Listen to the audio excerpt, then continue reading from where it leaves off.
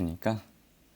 목요일 이른 아침에 말씀과 기도로 하루를 시작하는 성도님들에게 성령님의 함께 하심으로 은혜 충만한 하루가 되시기를 간절히 기원합니다. 특별히 오늘 저는 김영주 집사님 가정을 위하여 간절히 기도하고 싶습니다. 김영주 집사님 그 가정 어제 이중원 성도님께서 상을 당하셨습니다. 성도 여러분께서도 간절히 기도해 주시고 위로해 주시기를 바랍니다. 오늘 이 시간에는 어제에 이어서 두 번째로 성령께서 하시는 일을 이어서 한번 살펴보도록 하겠습니다. 예수님께서 지상사역을 마치시고 승천하시면서 요한복음 14장 16절 말씀에 내가 아버지께 구하였으니 그가 또 다른 보혜사를 너희에게 주사 영원토록 너희와 함께 있게 하시리니. 어떻게 해요? 영원토록 너희와 함께 있게 하시리니 라고 말씀하셨습니다. 이 말은 성령을 보내주시겠다라고 설명하신 말씀입니다. 성령께서 조력자로서 우리의 위로자가 되어주시고 중보자가 되어주셔서 우리가 하늘 성소에 적합한 사람으로 변화시켜 주시는 분이심을 깨닫게 되었습니다. 이어서 성령께서 어떠한 일을 하시는지 한번 살펴보도록 하겠습니다. 첫 번째로 성령이 하시는 일은 우리를 가르치시는 일을 하고 계십니다. 요한복음 14장 26절 말씀 함께 살펴보도록 하겠습니다.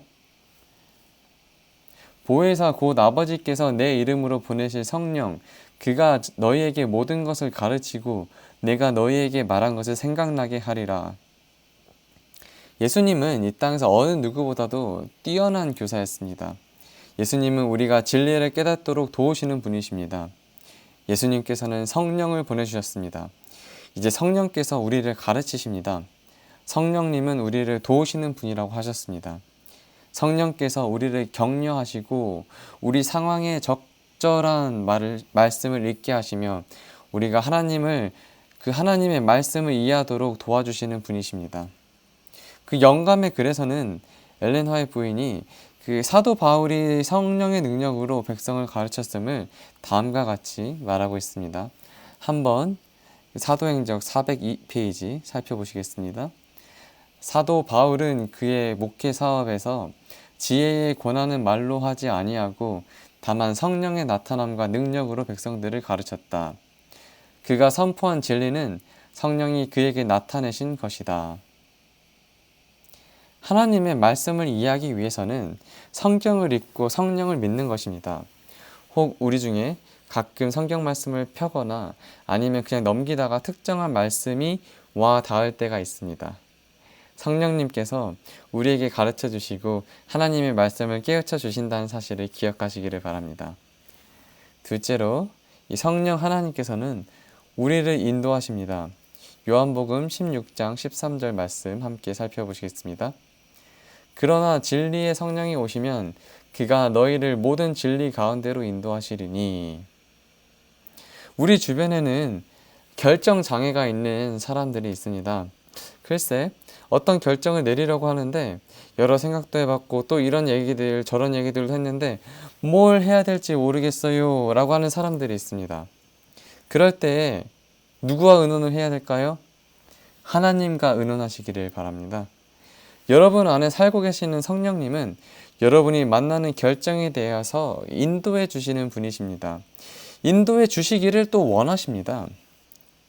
사업장에서나 다른 사람들과의 관계에서 금전적인 부분 등 어떠한 결정을 내려야 할 때 주님께 인도하심을 구하십니까?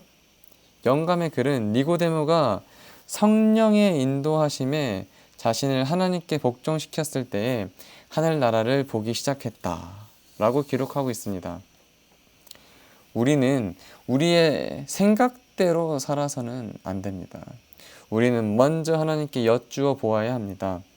다윗이 무엇을 해야 하는지 하나님께 묻고 또 물었던 것처럼 우리도 무엇을 해야 될지 하나님께 물어보면은 성령께서 우리에게 진리를 보여주실 것입니다. 내가 어디로 가든 우리가 묻고 말씀하신 것을 믿는다면은 주님께서는 기꺼이 우리에게 말씀해 주실 것입니다. 내가 무엇을 할지 보여주실 것입니다.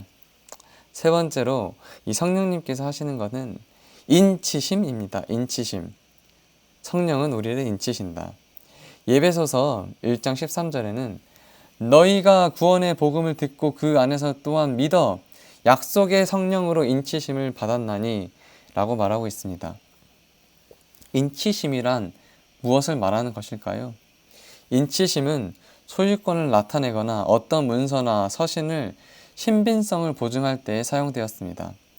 성령의 영접은 하나님께서 소유주가 되시는 내적 확증이며 이런 내적 확증의 공동체 안에서 외적으로 표시하는 것이 침례를 말하는 것입니다. 재림교회 성경주석은 그리스도인의 생애는 순서대로 변화가 일어난다고 말하고 있습니다. 한번 재림교회 성경주석 살펴보실까요? 우선 들은 뒤에 믿게 되고 그런 뒤에 인쳐지는데 말하자면 날인 혹은 거민을 받는 것이다. 우리가 하나님의 소유라고 도장을 받는다고 생각하면 될 것입니다. 예수님은 지상사역을 마치시고 제자들을 떠나면서 성령을 보내어 그들을 도울 것이라고 하였습니다. 영감의 글은 다음과 같이 말하고 있습니다. 눈에 보이는 그리스도의 임재는 제자들에게서 떠나고 있었으나 새로운 능력이 그들에게 부여될 것이다. 성령이 그들에게 충만히 임하여 그 사업을 위해 그들을 인치실 것이었다. 사도행적 31페이지 말씀입니다. 그 사업을 위해 그들을 인치실 것이었다.